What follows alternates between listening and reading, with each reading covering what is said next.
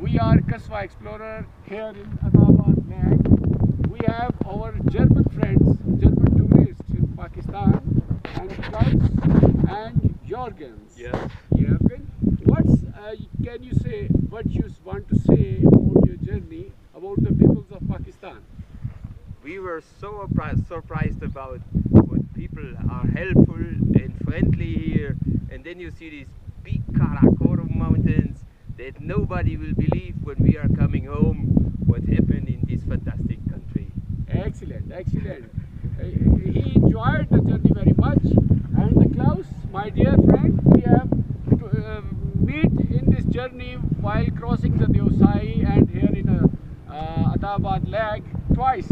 The second time we have met together. Yes. So very lucky for me. Yeah, What you say? For me too. Thank you.